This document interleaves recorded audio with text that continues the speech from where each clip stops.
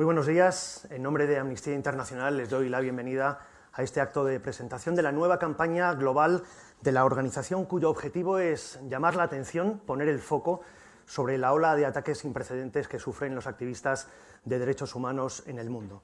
Los defensores y las defensoras de derechos humanos tienen grandes dificultades para realizar su labor en la actualidad. Sus vidas hoy día corren más peligro que nunca. Con la campaña Valiente, Amnistía Internacional pide a los Estados que reconozcan su trabajo legítimo y también que adopten medidas urgentes y eficaces para garantizar su seguridad y su libertad. Valiente se presenta hoy de manera simultánea en todo el mundo. Amnistía Internacional España está ofreciendo este acto a través de su página en Facebook, también a través de Twitter con la etiqueta Valiente. Están invitados a participar, iremos recogiendo sus opiniones, sus ideas, sus preguntas sobre esta situación que vienen sufriendo líderes y lideresas de comunidades locales, abogados, periodistas y otros defensores y defensoras que afrontan niveles realmente inéditos de intimidación, de persecución y de violencia. En los próximos minutos nos van a acompañar aquí dos de esas personas valientes que son la razón de ser de esta campaña. Una campaña que tiene este vídeo de presentación. Human rights defenders are messengers of social change, advocates for equality and justice, support for a world free of cruelty and pain, and needs to be recognized by all of us. We will stand up, we will speak. If you are different, you might face violence or discrimination.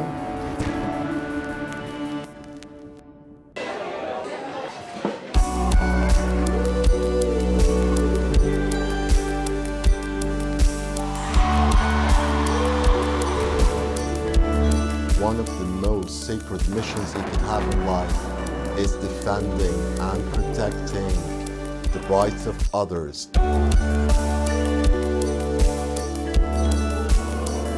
I had to blow the whistle. I had to say something, and I did. I was beaten, kicked, hurt. Everybody can be greedy because everybody can serve. You only need a heart full of grace. Thank you to all my wonderful teachers who inspired me to believe in myself and be brave.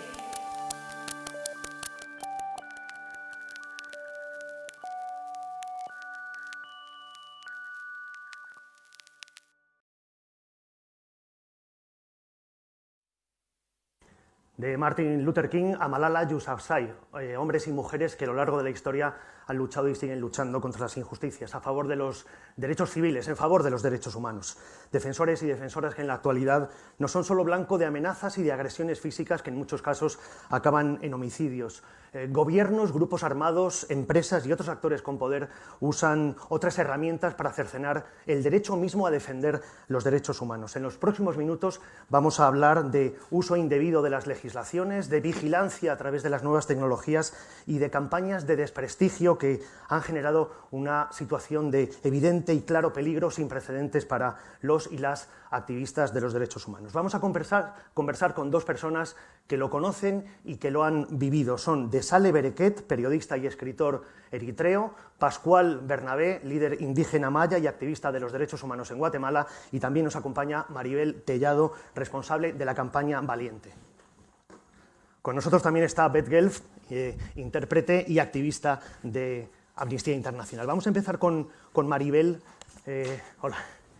Hola, buenos días. ¿Por qué Amnistía Internacional decide lanzar esta campaña? Bueno, vivimos en un momento en el que hay un ataque global generalizado por parte de numerosos actores, no solamente el Estado, sino, como bien has mencionado, agentes estatales, contra la propia defensa de los derechos humanos. Agresiones que van desde los homicidios, campañas de vigilancia, se prohíben manifestaciones de forma injustificada.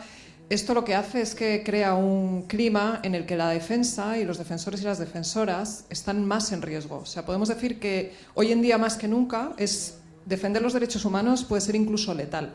Entonces, en este contexto, Amnistía Internacional quiere estar al lado de estas personas que arriesgan todo por nosotros y por nosotras. Los derechos que defienden ellos son beneficio para toda la humanidad y por eso queremos estar en este momento. Queremos revertir esa tendencia de ataque a la defensa de los derechos humanos, que además es en un contexto en el que este discurso tóxico del nosotros contra ellos genera en algunas sociedades un clima de hostilidad que viene todavía a empeorar la situación de riesgo a que se enfrentan estas personas.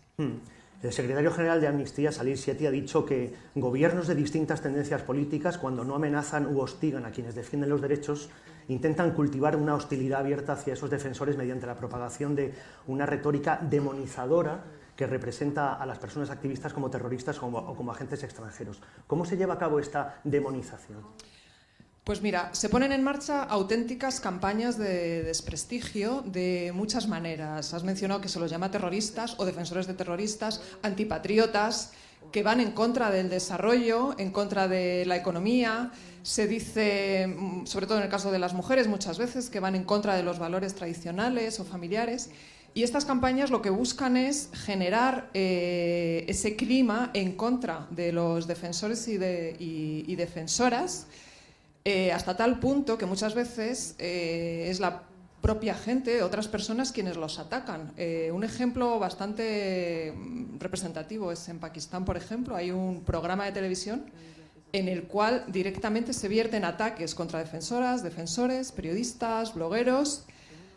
Es una plataforma que lo ve todo el mundo y lo que ha generado después ha sido ataques directamente y amenazas incluso de muerte a defensores y defensoras. Comentas la situación de las defensoras, ¿la persecución es distinta en función de género, de orientación sexual? Así es, las defensoras, además de por su propia labor como activistas y por defender derechos que en muchas ocasiones no son bien vistos, porque están desafiando los roles que tradicionalmente se les asigna, además sufren la discriminación por el hecho de ser mujeres y tienen ataques específicos, se les tacha de promiscuas, por ejemplo. También sufren muchas veces otras formas de violencia, como violencia sexual. Se les ataca a través de sus hijos y hijas, se amenaza con atacar, hacer daño a la familia. Entonces muchas veces se ven en la disyuntiva de tener que escoger entre seguir su actividad, que es muy valiosa, defensa de los derechos, o poner a salvo a su familia. Por ejemplo, en El Salvador, las defensoras de los derechos sexuales y reproductivos, que están a favor de la despenalización del aborto, en un país donde las mujeres que abortan, incluso con un aborto espontáneo, pueden pasar 40 años en la cárcel. La propia prensa ha sacado campañas de desprestigio, las llamaban, decían que están contribuyendo a aumentar los ríos de sangre en el país, que son antipatriotas, que son, en la propia prensa. Otro caso tal vez muy interesante que representa otra realidad de las mujeres defensoras en Egipto. Uno de los casos que trabaja y que hemos lanzado precisamente hoy una ciberación, Aza Soliman. Ella es una abogada que dirige una organización que ofrece apoyo jurídico y asesoría e incluso alfabetización a mujeres víctimas de tortura, de violencia de género y violencia sexual. Bueno, pues las autoridades dicen que está mancillando la imagen, la reputación del país por decir que las mujeres se enfrentan a violencia sexual y a violación. Y esta mujer le han congelado los bienes a ella, a su organización, y además se enfrenta probablemente a 15 años de prisión. En el caso del colectivo de defensores de las personas gays, lesbianas, bisexuales y transgénero, se suman las discriminaciones y se enfrentan a homicidios, igual que el resto de defensores y defensoras, pero se enfrentan también a formas específicas de persecución. Y no pensemos que solamente en países como Uganda, ¿no? En Finlandia, uno de los defensores, de activistas que hemos visto en el vídeo, Sakris Kupila, es de Finlandia y defiende los derechos de las personas transgénero en un país donde la legislación obliga a las personas transgénero a someterse a una operación de esterilización y a pasar por un proceso de tratamiento terapéutico para enfermedades mentales. Ha sufrido acoso, intimidación, ha tenido que dejar la carrera que estaba estudiando en medicina por estos motivos. Has comentado la situación en varios países ya, ahora hablaremos de los casos de Guatemala y de Eritrea. ¿Cuáles son, a fecha de hoy, los países más peligrosos para defensores y defensoras de los derechos humanos? Pues mira, la verdad es que tristemente podemos decir que hay tendencias. Prácticamente en todo el mundo se dan distintas formas de persecución y de acoso. Si hablamos de homicidios, que lamentablemente en 2016 281 perdieron la vida por defender pacíficamente los derechos de todos y todas, podemos decir que América Latina es especialmente peligroso para quienes defienden derechos a la tierra, al territorio, al agua, lo que son derechos económicos, sociales. 3/4 partes de estas muertes ha sido en América Latina, la mitad por defender este tipo de derechos, muchos de ellos indígenas. El caso más conocido probablemente sea el de Berta Cáceres en Honduras, que defendía los derechos del pueblo lenca en contra de una hidroeléctrica, pero hay otros muchos. También, si hablamos, por ejemplo, de persecución a través de la judicialización, otra forma de acabar y silenciar a los activistas de derechos humanos es metiéndolos en procesos judiciales altamente complejos, desgastantes en términos de energía, de recursos, que además pueden acabar en la cárcel. Pero incluso aunque no acaben, van a ser estigmatizadas estas personas. Entonces, por ejemplo, en países como Arabia Saudí, Irán, Emiratos Árabes, otros, hay defensores, Egipto he mencionado el caso de Aza, hay defensores y defensoras que están pagando penas de 15 años, 22 años, condenas larguísimas. Enseguida seguimos conversando. Antes que nada hay que mencionar que esta misma madrugada han sido asesinados 2 periodistas en México. Creo que son 7 ya los periodistas asesinados en aquel país en lo que va de año. Seguimos conversando enseguida. Antes, la situación en España. ¿Cuál es la situación en nuestro país? En España podemos decir que se pueden defender los derechos humanos y de hecho se defienden los derechos humanos. Lo que ocurre es que España se ha sumado a una tendencia también global de ir reduciendo el espacio que tiene la sociedad civil para criticar. Entonces, bueno, la más conocida, la Ley de Protección de Seguridad Ciudadana, que ha establecido restricciones a las manifestaciones, por ejemplo, no comunicadas, o restricciones y prohibición de documentar actuaciones policiales sin la autorización. Todo esto son restricciones indebidas, desproporcionadas, que pueden contribuir a, de alguna manera, desincentivar tanto la protesta pública como la acción de defensa de los derechos humanos. Y bueno, un caso, un defensor muy conocido español, José Palazón, defensor de los derechos de las personas migrantes y refugiadas de la organización Prodein, en su día documentó con unos vídeos uso excesivo de la fuerza y expulsiones colectivas por parte de las fuerzas de seguridad del Estado que fueron utilizadas luego para un proceso judicial. En el contexto actual, probablemente esto estaría sancionado. Entonces, nos preocupa eso, nos preocupa que en su día hubo algunas declaraciones desafortunadas de políticos, autoridades que criminalizaban y estigmatizaban también a ciertos colectivos y movimientos sociales. Entonces, son temas que a nivel interior hay que bueno, pues, luchar contra ellos, reformar la Ley de Seguridad Ciudadana, por ejemplo. Y también quisiera añadir que España además tiene un papel muy importante en materia de política exterior, en sus relaciones con otros países. Hay muchos instrumentos a nivel europeo que invitan e instan a los estados en su acción exterior tomar medidas para contribuir a proteger a estas personas. Y unas de ellas son las directrices de la Unión Europea sobre defensores y defensoras. Y España, en su labor exterior, hace una labor de defensa de estos defensores. Queremos que continúe con esa labor, que permita que los defensores, las defensoras, reciba a estas personas y entable un diálogo con ellas, que continúe, por ejemplo, asistiendo a juicios de defensores y defensoras en el extranjero, algo que ya ha hecho, y bueno, implementando en todos los casos todas las medidas a su alcance para protegerlos y protegerlas. Gracias, Maribel. Enseguida continuamos. Vamos ahora a conversar con Desale Bereket, periodista y escritor eritreo en el exilio. Trabajó como periodista hasta que las autoridades de su país cerraron los medios de comunicación privados en el año 2001. Después trabajó de manera independiente, fue víctima de la censura, muchos colegas fueron encarcelados. Desale temió por su seguridad y en 2010 se fue a Uganda. Allí fundó con otros periodistas una web que de alguna forma denunciaba la represión en su país. Esa web fue hackeada y finalmente se fue a Noruega gracias a la intervención de la Red Internacional de Ciudades Refugio. Fundó el Pen Club de Eritrea y actualmente está involucrado en el movimiento Bright Future, cuyo objetivo es movilizar a la juventud de su país para conseguir un cambio político pacífico en su país. Desale, thanks for coming. Gracias. ¿Cómo describe la situación en Eritrea en este momento? Just before I describe the situation, could I speak a little bit about Eritrea that I was born in and Eritrea that I left when I fled the country?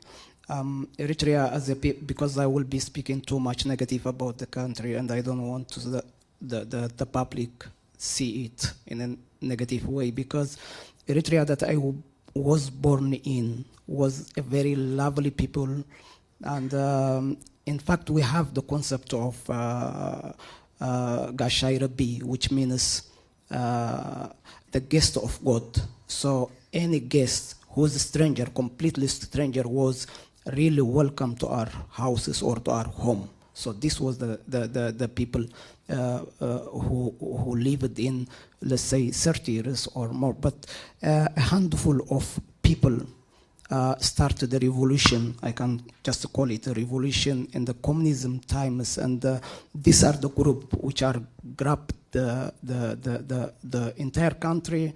And now, while I left Eritrea, the entire country is like one prison. That's why when we leave the country, when we fled the country,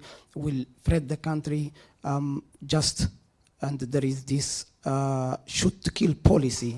So when you leave the country, there is a lot of, there is a possibility of being killed in the border. Déjame que vaya traduciendo, Beth, sí, poco a poco. Bueno, muchísimas gracias, y antes de pasar a responder a la pregunta me gustaría hablar muy brevemente sobre mi país, sobre Eritrea. Es mi país natal y claro, me he tenido que ir, pero no quiero que el público tenga una imagen excesivamente negativo, porque bueno, pues el país tiene por supuesto su encanto y tiene unos principios que son igualmente muy positivos. Tenemos un concepto, Sharabé, el huésped de Dios, como se traduciría más o menos, o sea que cualquier huésped en nuestro país es absolutamente bienvenido, y las personas cuando yo era muy joven, pues vivían en una situación de seguridad, y luego pues unos pocos, muy pocos, pues libraron una lucha en un contexto de una revolución en aquellos tiempos de comunismo, y realmente la situación cambió radicalmente, y ahora todo el país es un país donde existe una presión terrible. Cuando tuvimos que salir, la política en ese país era pues prácticamente disparar para matar. ¿Cuál es la situación actual? En este momento, ¿cómo se vive en Eritrea? Currently, it is a little bit difficult to describe because there was this human rights problems, and this is assured by the UN special rapporteur, which said Eritrea is not ruled by law but by fear. So when there is no law, no one is protected. It is law which can protect us all, the weak, the strong, even the people who are in the power. Law would be for their benefit, but there is no law in this country. There is just one man who is doing everything, and it is a one-man's show. So there is no court, there is no parliament, in fact, there is no government in Eritrea. What is it in Eritrea is just a group of people grabbing everything, and they are not responsible for anything. Bueno, la verdad es que es un poco difícil describir la situación actual, porque es una situación de muchísimos problemas de derechos humanos, dicho por el mismo relator especial de Naciones Unidas, que habló de un país gobernado donde reina no el Estado de Derecho, sino un estado de miedo. Nadie goza de ningún tipo de protección precisamente porque no hay un Estado de Derecho. La ley, un Estado de Derecho protege a los débiles y a los fuertes por igual. Todo el mundo puede beneficiarse, pero ahora mismo en Eritrea pues no tenemos nada de esto. Tenemos a un señor que lo hace todo. Es el que todo dispone. No tenemos tribunales, no tenemos un parlamento y, a decir la verdad, ni siquiera tenemos un gobierno. Solo tenemos un puñado de personas que se apoderan de todo como puedan y como quieran. De Sally vive en la actualidad en Lillehammer, en Noruega. Quiero preguntarle cómo se puede ayudar al pueblo de Eritrea, a sus compatriotas, desde fuera. Y una segunda pregunta, aunque vive en Noruega, ¿teme por su vida y por la de su familia?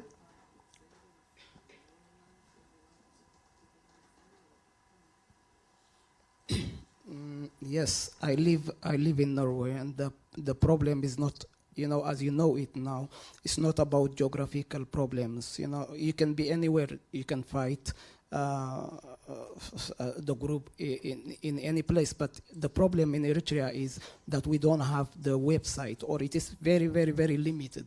So in this condition, I doubt if I reach my country, but my struggle always was just to change the mentality of the problem. When we started the website in Uganda, our main aim was not actually to change the regime, but to change the mentality of the people, because it doesn't make sense if we change the regime while the thinking is the same, because it would even lead us to worse problems. Maybe I can answer your second question after the interpretation. Okay. Sorry.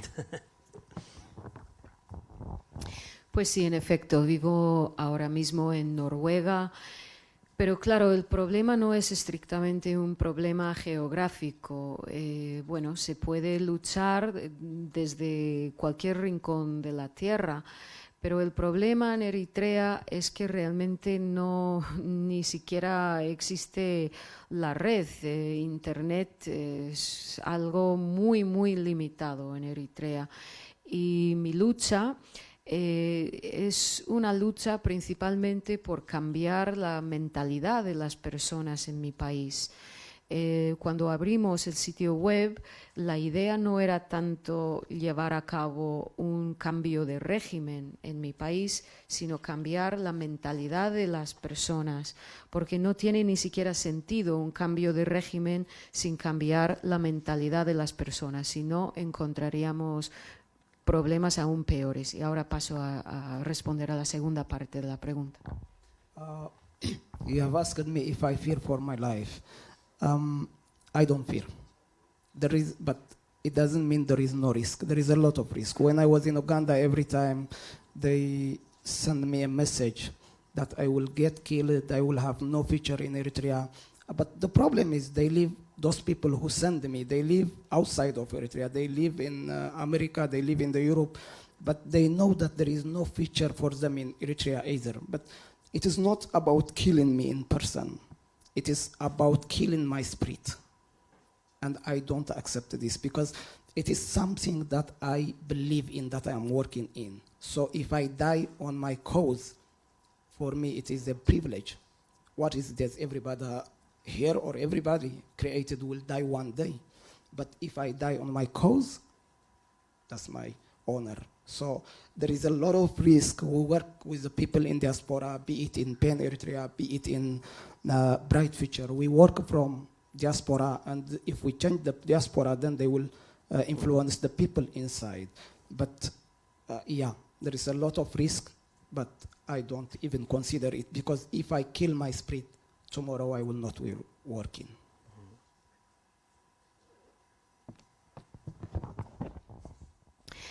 Sí, preguntó por si temo por mi vida.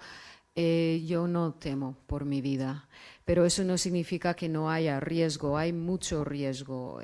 Cuando fui a Uganda recibía mensajes, muchos mensajes. Verás que se te va a matar, no tienes ningún tipo de futuro en Eritrea. Yo conozco gente que vive en Estados Unidos, que vive en Europa. Sabemos que no tenemos un futuro en Eritrea, pero bueno, me puedes matar, pero lo que no puedes nunca matar es el espíritu con el que lucho. Y si yo lucho, si yo me muero en esta lucha, para mí va a ser un honor morir así. Todos, de hecho, tenemos que morirnos. Trabajamos desde la diáspora y hacemos lo que podemos para incidir en la mentalidad de nuestro país, de las personas que siguen ahí. Y bueno, sí, en efecto hay muchísimo riesgo, pero bueno, yo no me planteo que puede haber riesgo. Yo no pienso en eso, porque si no, eso mataría el espíritu con el que lucho y ya no haría nada. Una pregunta más para terminar, de Sale. ¿Qué mensaje tiene para las autoridades de su país y para la comunidad internacional en relación con la situación en su país, en Eritrea? Well, I would better use the time for my call for the international community, because I know the regime in Eritrea has no ears, and I spoke in other ways, but nothing has come. But for the international community, I really wanted them to reach us before we make another Rwanda in Eritrea, because we have seen the case of Rwanda. The international community came too late to save anything. In Eritrea, the worst thing could happen, and mark my words, it could happen. But the international community, if there is anything called the international community, let us save this country. Just recently we have seen in Gambia, the regional forces has to come to interfere in the situation, because there is nothing called sovereignty, absolute sovereignty. So this country is just like a prison, that, as I said previously. So the international community has to save these people in any way possible. If not, we don't want to see them when we have 1 million dead bodies, like what has happened in Rwanda.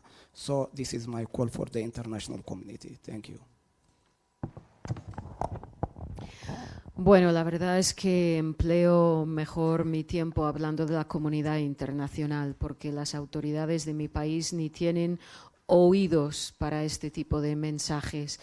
Lo que digo a la comunidad internacional es que hay que actuar, y hay que actuar ya, antes de que volvamos a ver otro Ruanda suceder en mi país. Y ya sabemos cómo llegó la comunidad internacional muy tarde, demasiado tarde en el caso de Ruanda. Eritrea está en una situación que podría pasar lo peor, cualquier cosa podría pasar, y hace falta que intervenga la comunidad internacional para salvar el país. Ya vimos hace poco tiempo lo que sucedió en Gambia, que hubo una fuerza internacional, regional más bien, que intercedió. Y eso es porque la soberanía absoluta no existe. Y realmente el país es como si fuera una cárcel. Y realmente la comunidad internacional debe hacer algo para salvar a las personas antes de que se desate una guerra, antes de que veamos 1 millón de cadáveres en mi país como vimos en Ruanda. Eso es lo que le pido a la comunidad internacional. Gracias, Desal. Gracias, Beth. Vive en Lillehammer, en Noruega. Lleva ya varios inviernos viviendo allí.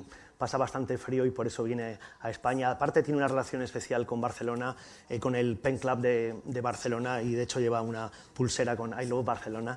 Ha venido varias veces a nuestro país. Sin embargo, es la primera vez que Pascual Bernabé, el líder indígena Canjobal, activista de los derechos humanos en Guatemala, viene a España.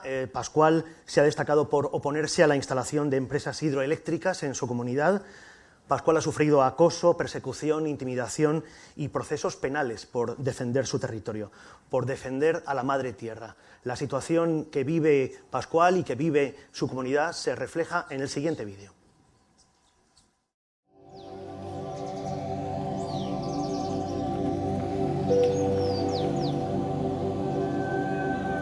Yo soy Adaluz García, Maya Canjopal.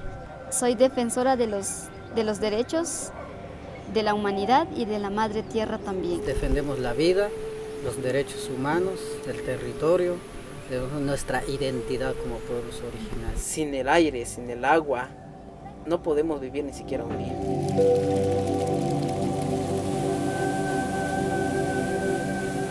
Hay 4 empresas más y una de minería que han estado intentando explotar los bienes naturales. Nunca han consultado para ingresar al territorio cuando nosotros aquí hemos vivido.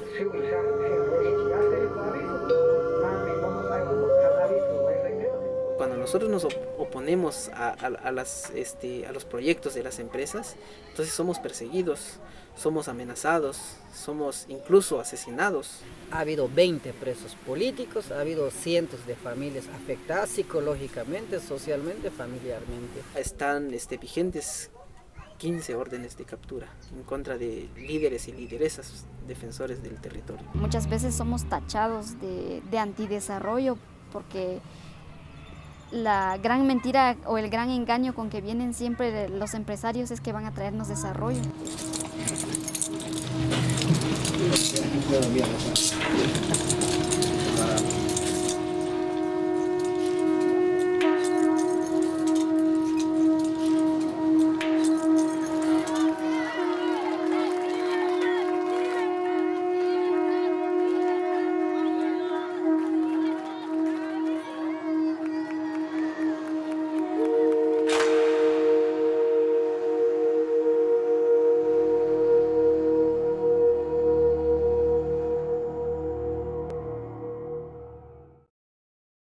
Un vídeo realizado por Amnistía Internacional hace solo unos meses, muy reciente.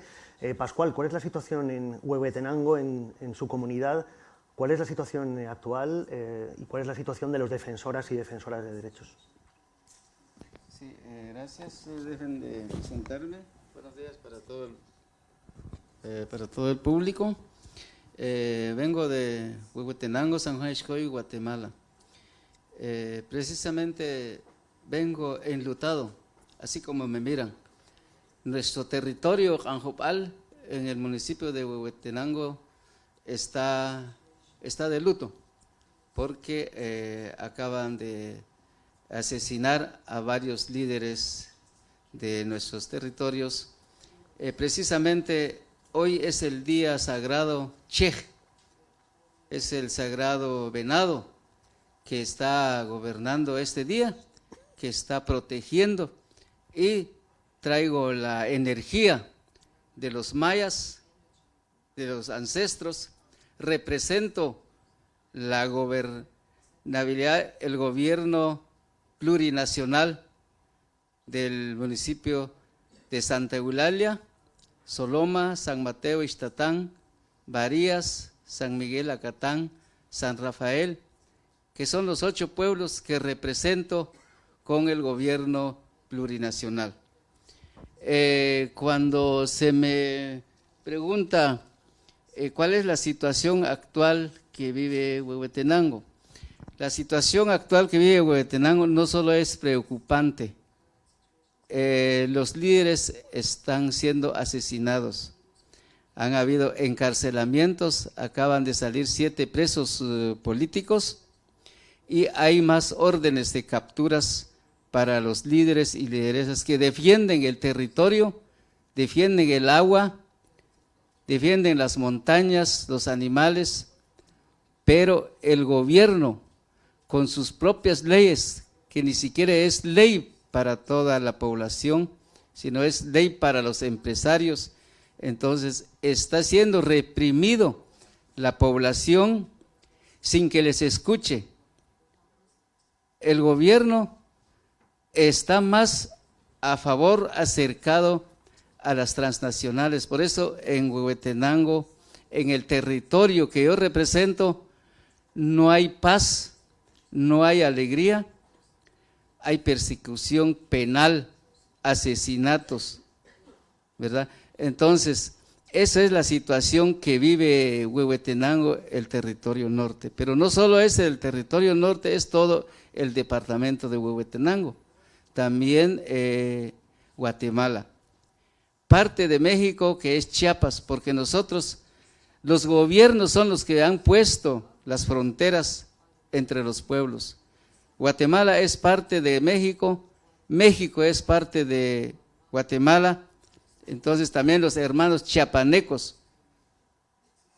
cercano al territorio Janjopal, Poptí, Chuj, Acateco y no indígena, pues están siendo reprimidos por las fuerzas del Estado y las empresas transnacionales. Gracias. Recordamos a las personas que están aquí en el Teatro Alfil que tienen unas tarjetas para formular las preguntas o las opiniones que deseen, las pueden pasar por ahí, por detrás del escenario. Pascual, ¿cómo se lucha contra una multinacional? ¿Con qué ánimo, con qué estado de ánimo, con qué herramientas se planta cara? Porque da la sensación de que es David contra Goliat, ¿no? ¿Cómo plantan cara ustedes a las empresas? Las luchas que ha sido lucha entre gobierno y empresarios, que lamentablemente nuestra Constitución no lo dice así. El gobierno debería de velar por toda la población, por la soberanía nacional, pero el gobierno está velando por los intereses de las empresas transnacionales. Las empresas transnacionales que existen en Guatemala son canadienses, españolas y otras compañías extranjeras que están explotando los recursos naturales en Guatemala. Entonces, los pueblos, porque no estamos hablando de líderes o lideresas, los líderes son unos nada más, pero es la población general la que está luchando frente a las leyes de Guatemala, frente a las empresas transnacionales que viven en Guatemala, explotando los recursos naturales. Entonces, todos los pueblos anjopales, los pueblos del gobierno plurinacional que yo represento, han hecho sus consultas comunitarias de buena fe. Eso es la herramienta que se ha usado para enfrentar a las transnacionales. O sea, los pueblos no nos hemos enfrentado a las empresas, no nos hemos enfrentado al gobierno para pelear con fuerzas, no. Estamos peleando a través de las leyes, usando las leyes de Guatemala que muy poco hablan de los derechos de los pueblos indígenas, los campesinos, hablan más a favor de las empresas transnacionales. Entonces, muy poco usamos la ley porque está a favor de ellos, pero las leyes internacionales, las declaraciones, los convenios que ha ratificado Guatemala que ni siquiera cumple, es los convenios internacionales ratificados por la ONU.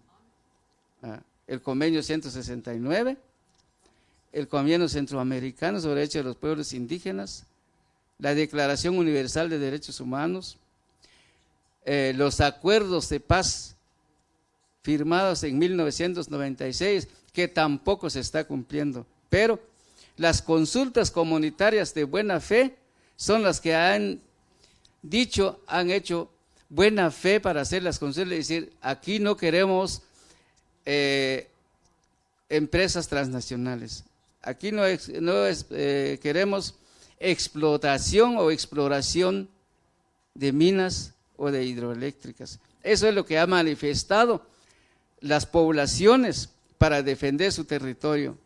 Entonces, pero viene el Estado con sus represiones, viene el Estado queriendo reglamentar las consultas cuando las consultas es de los pueblos ancestrales, es de los abuelos. Se debe de consultar a la hora de hacer una obra, pero ellos nunca han consultado al pueblo lo que no quieren o lo que quieren para sus territorios. Eso es la lucha en contra de las empresas transnacionales. Quiero preguntarle, Pascual, lo mismo que a De Sale. Él nos ha hablado de su situación de eventual riesgo, aunque vive en Noruega, pero vamos a intentar ponernos en su piel, ¿no? Usted vive allí, en su comunidad, como miembro del grupo Canjobal. ¿Usted tiene miedo? ¿Usted teme por su vida? Ha comentado que acaban de ser asesinados varios líderes. ¿Usted tiene miedo? ¿Tiene miedo a morir? Claro que sí, pero si recordamos el claro ejemplo espiritual que vino a ser Jesús hace muchos años. Cuando Jesús vino a la tierra no lo creyeron, lo reprimieron, lo tuvieron que matar, pero por liberar a su pueblo. Igual estamos nosotros los pueblos canjopales, los pueblos del territorio, los gobiernos ancestrales. Tememos por nuestra vida porque a la hora que algún líder, alguna lideresa haya atentado en contra de su dignidad o su integridad física, entonces los hijos o hijas de esas personas quedan sufriendo siempre la persecución, ¿verdad? Entonces es por eso tememos por la vida de los líderes, de las personas que luchan en contra de las transnacionales. Y porque si fuera solo por una persona, si solo fuera yo, solo fuera un líder, no habría problema. Porque entonces quedan sufriendo las demás personas, los hijos, ¿qué va a pasar después? Hay gentes que tienen 7, 8, 9, hasta 10 familias. Entonces, si el papá o la mamá es asesinado, ¿qué va a pasar con esos hijos?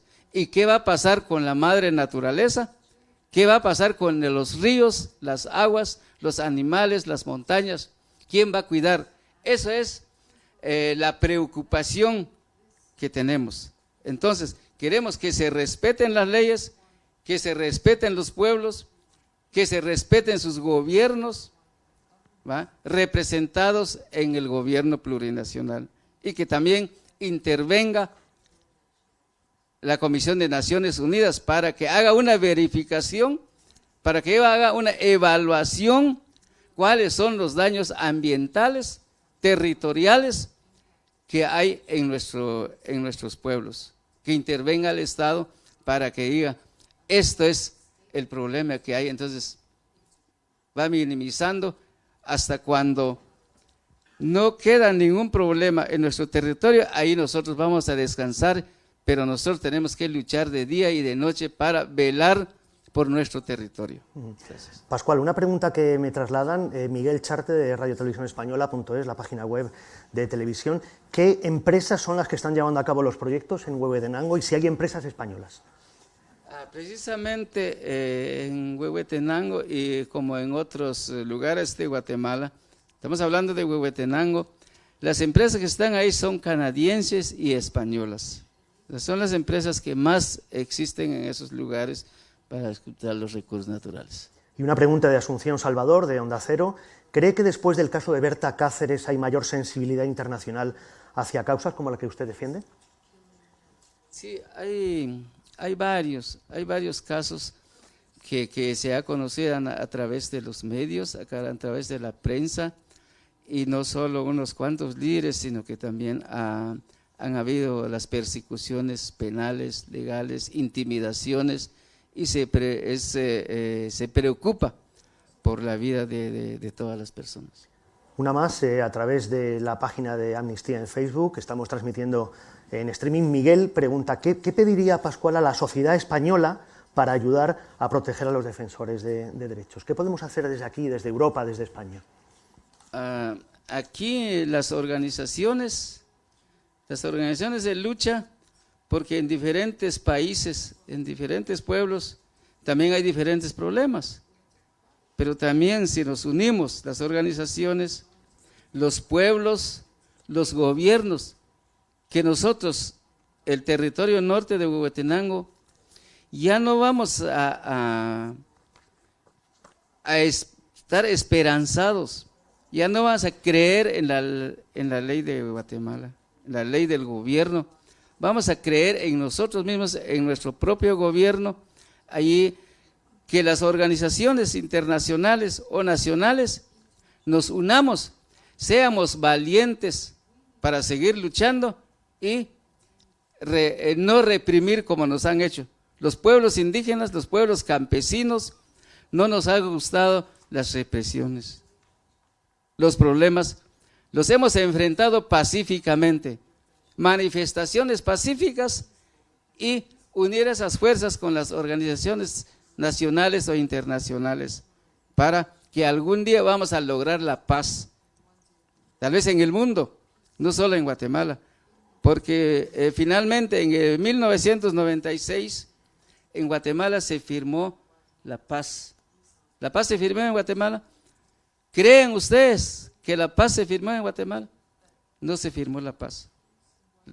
En Guatemala sigue la guerra, solo que de otra inmensidad, solo que de otra forma. Antes se luchaba, se peleaba con las armas en las montañas, pero ahora ya son las empresas en las que se está luchando. Entonces, en Guatemala no hay paz hasta que la humanidad se une, hasta que las organizaciones nos unimos para protestar, para que intervenga también las Naciones Unidas y así podremos tener paz algún día.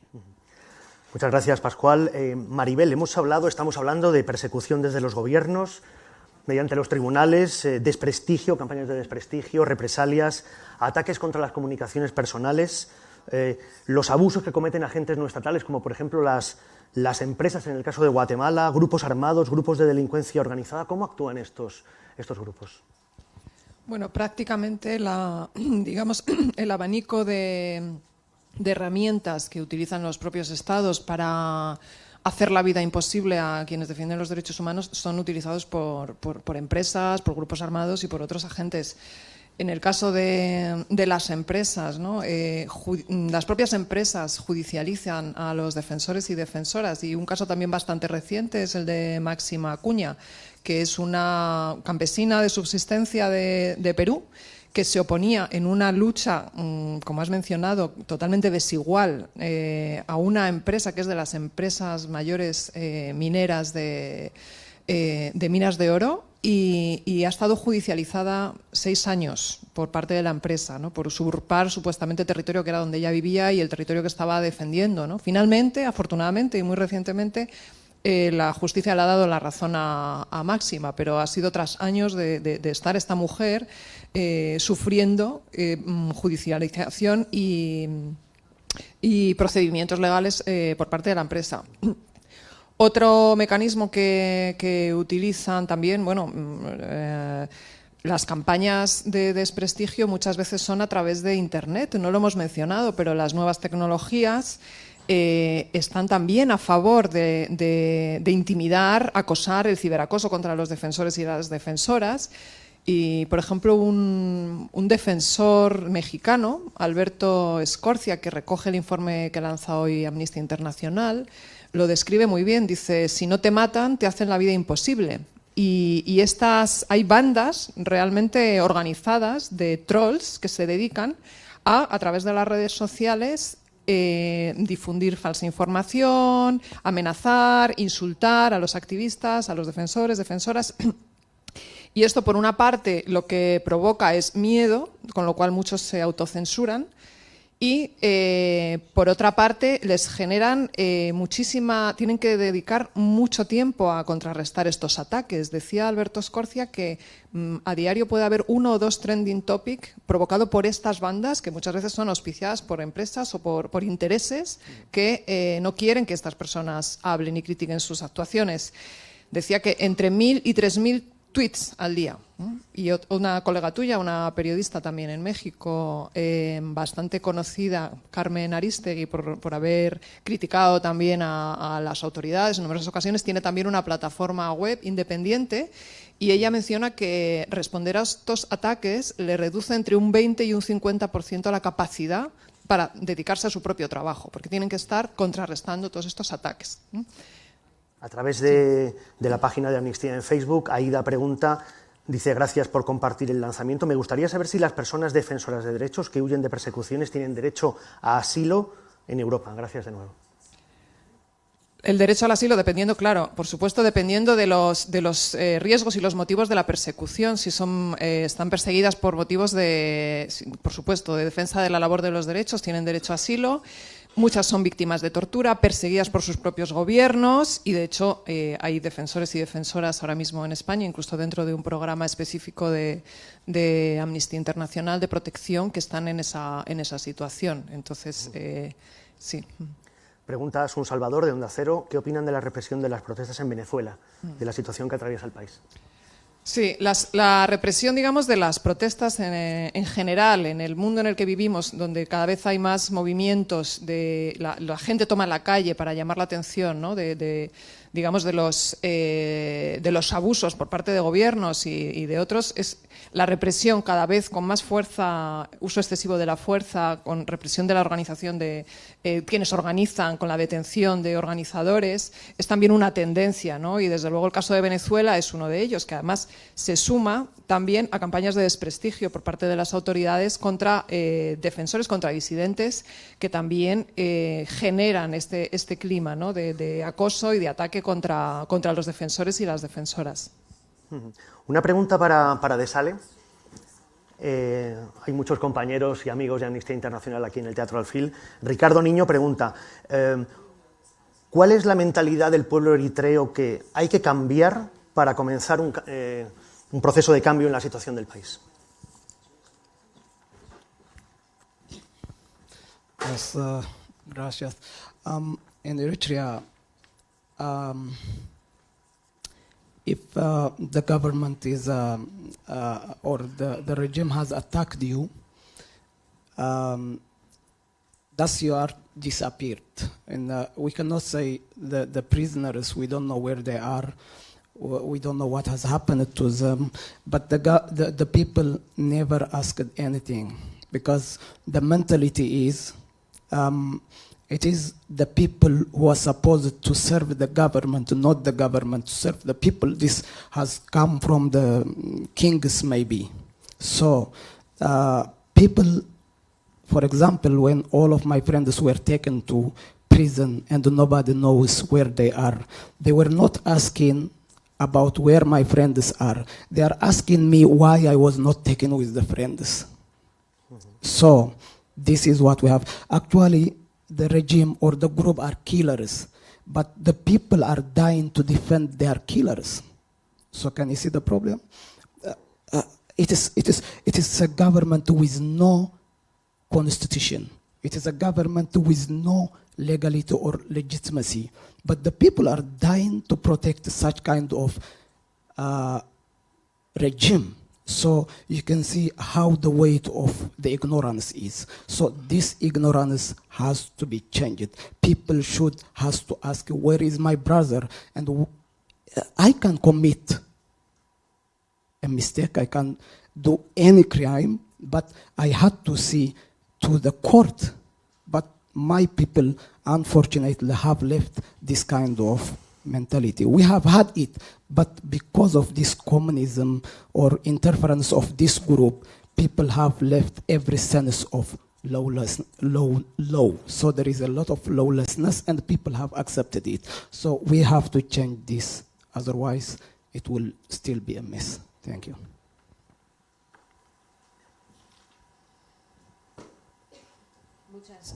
Muchas gracias por la pregunta. En Eritrea, el gobierno que tenemos, el régimen que tenemos, pues te ataca y simplemente desapareces, sin más.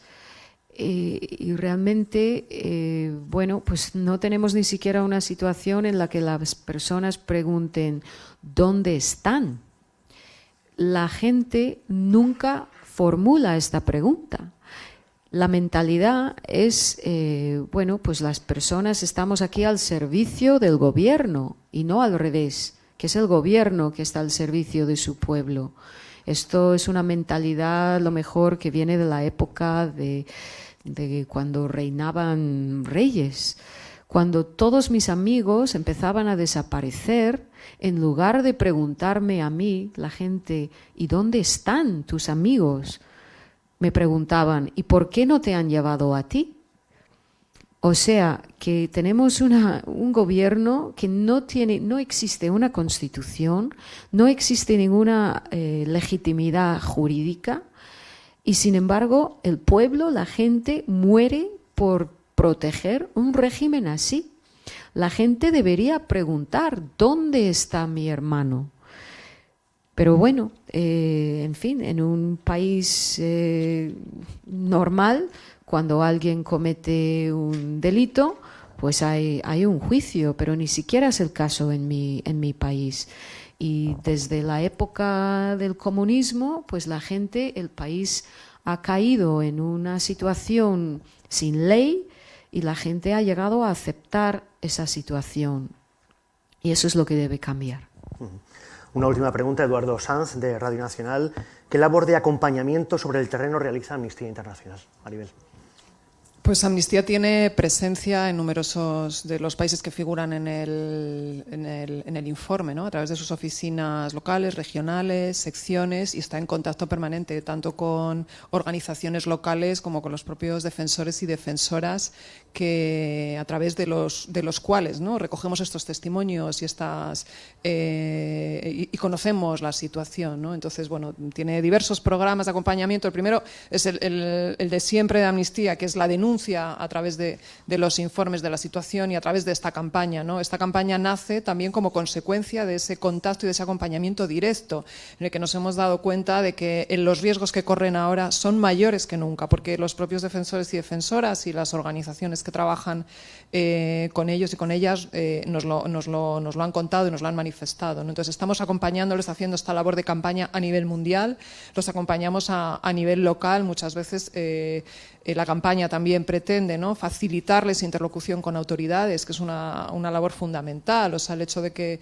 Pascual, por ejemplo, pueda ir a reunirse con el Ministerio de Asuntos Exteriores aquí o en los propios países, si se les puede facilitar interlocución con quienes toman decisiones, ¿no? Es un acompañamiento que tiene distintas formas, ¿no? Y luego, cuando están en riesgo, pues los apoyamos para que en un momento dado puedan salir del país temporalmente o para que puedan desplazarse a otro lugar. En fin, hay bastantes formas de acompañar y de apoyar su trabajo. Probablemente esta campaña es la más visible y es justamente lo que queremos hacer, ¿no? Que aumentar esa conciencia, esa visibilización y lograr cambios en lo que va a durar esta campaña a su favor. Todo esto sobre el terreno.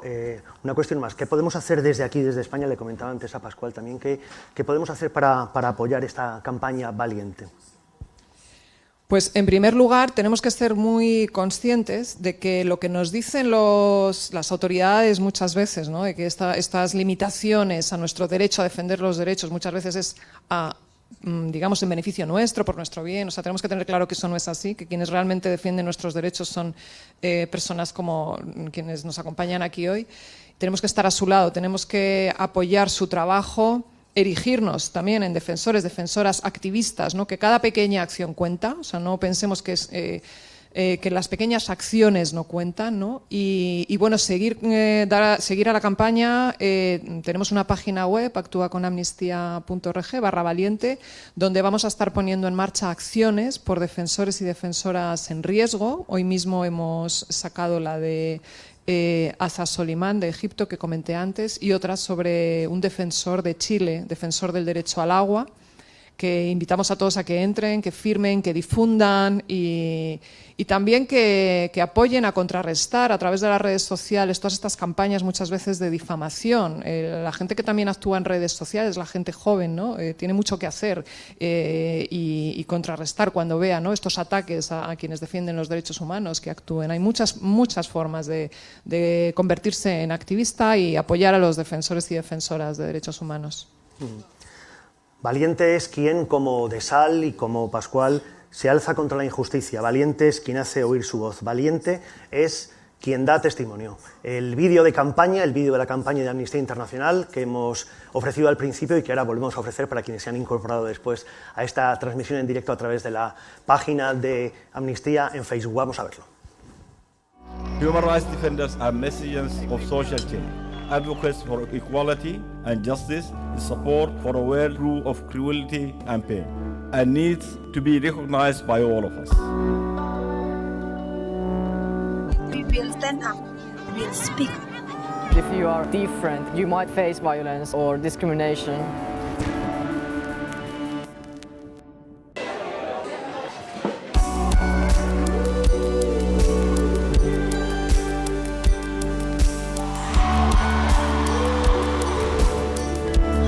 One of the most sacred missions you can have in life is defending and protecting the rights of others.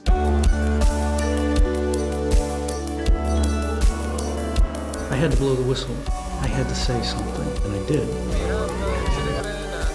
I was beaten, kicked, cursed. Everybody can be free because everybody can serve. You only need a heart full of grace.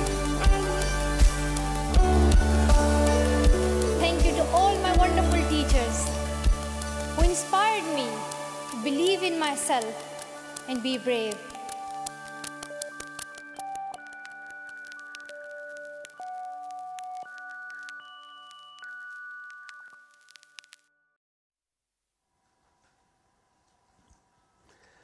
Pues así terminamos este acto de presentación de la campaña Valiente.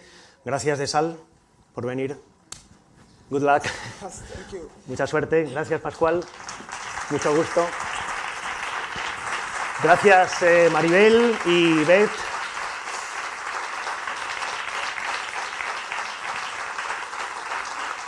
En las próximas horas van a poder ver este acto íntegramente a través del canal de YouTube de Amnistía y también en el Facebook y en el resto de redes sociales, por ejemplo, en Instagram. Gracias también a las personas que han hecho posible esta transmisión, al equipo técnico y a todo el equipo de Amnistía Internacional que han hecho posible la retransmisión de este acto. Muchas gracias y muy buenos días.